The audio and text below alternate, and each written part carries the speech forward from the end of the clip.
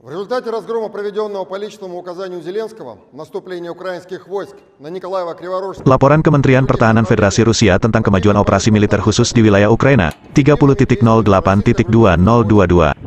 Sebagai akibat dari kekalahan serangan Ukraina yang dilakukan atas perintah pribadi Zelensky di Nikolaev-Krivoorod dan arah lainnya, musuh menderita kerugian besar-besaran.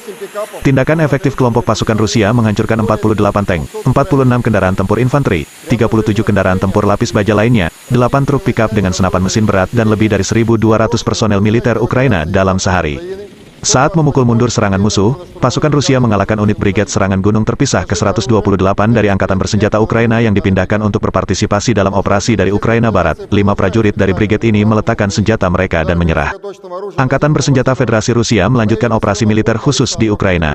Serangan senjata presisi tinggi berbasis darat di dekat desa Alexandrovka, wilayah Dnipropetrovsk, mengenai titik penempatan sementara dan gudang amunisi Brigade Tank Pertama Angkatan Bersenjata Ukraina. Lebih dari 200 militan dihancurkan, termasuk sekitar 40 tentara bayaran asing, lebih dari 20 kendaraan lapis baja dan sejumlah besar peluru artileri. Di daerah Konstantinovka, Republik Rakyat Donetsk, serangan api terkonsentrasi dilakukan pada titik penempatan sementara tentara bayaran dari formasi Legiun Asing, serta pos komando formasi nasionalis Kraken. Akibat serangan itu, lebih dari 100 gerilyawan tewas, serta 7 peralatan militer. Di kota Krivoorod, wilayah Dnipropetrovsk, senjata presisi tinggi Angkatan Udara Rusia menghancurkan bengkel produksi pabrik Intervsrivprom yang memproduksi bahan peledak dan produk lain untuk pasukan Ukraina. Penerbangan operasional taktis dan tentara, pasukan rudal dan artileri terus menyerang fasilitas militer di wilayah Ukraina. Pada siang hari, 5 pos komando diserang, termasuk Brigade Mekanis ke-108 dan ke-65 di daerah pemukiman Vodiane di Republik Rakyat Donetsk dan Veselianka di wilayah Zaporozhye, Brigade ke-35 dan ke-36 Korps Marinir pasukan Ukraina dekat Nikolev, formasi nasionalis di kota Kharkov, serta 52 unit artileri, tenaga kerja dan peralatan militer di 142 distrik. 3 gudang senjata roket dan artileri serta amunisi dihancurkan di daerah pemukiman Sarny, wilayah Rivne, Krivoorod, wilayah Dnipropetrovsk dan Vernopolie, wilayah Kharkov. Sistem pertahanan udara Rusia menembak jatuh 2 pesawat Su-25 Angkatan Udara Ukraina di dekat desa Krasnoznamya, wilayah Mykolaiv.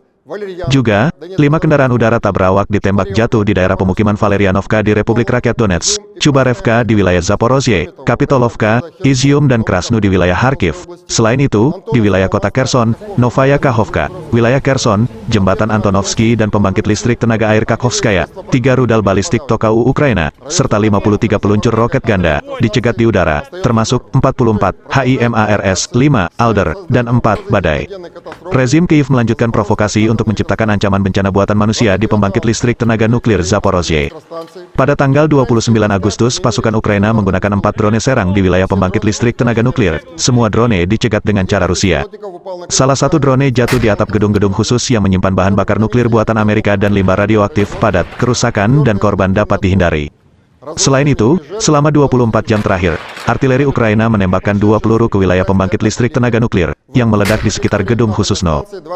Daya tembak musuh ditekan oleh tembakan balasan dari Angkatan Bersenjata Rusia. Situasi radiasi di PLTN Zaporozhye tetap normal. Secara total, sejak awal operasi militer khusus, 278 pesawat, 148 helikopter, 1.837 kendaraan udara tak berawak, 370 sistem rudal anti pesawat, 4.539 tank dan kendaraan tempur lapis baja lainnya, 822 kendaraan tempur sistem roket peluncuran ganda, 3.357 lapangan senjata artileri dan mortir, serta 5.136 unit kendaraan militer khusus.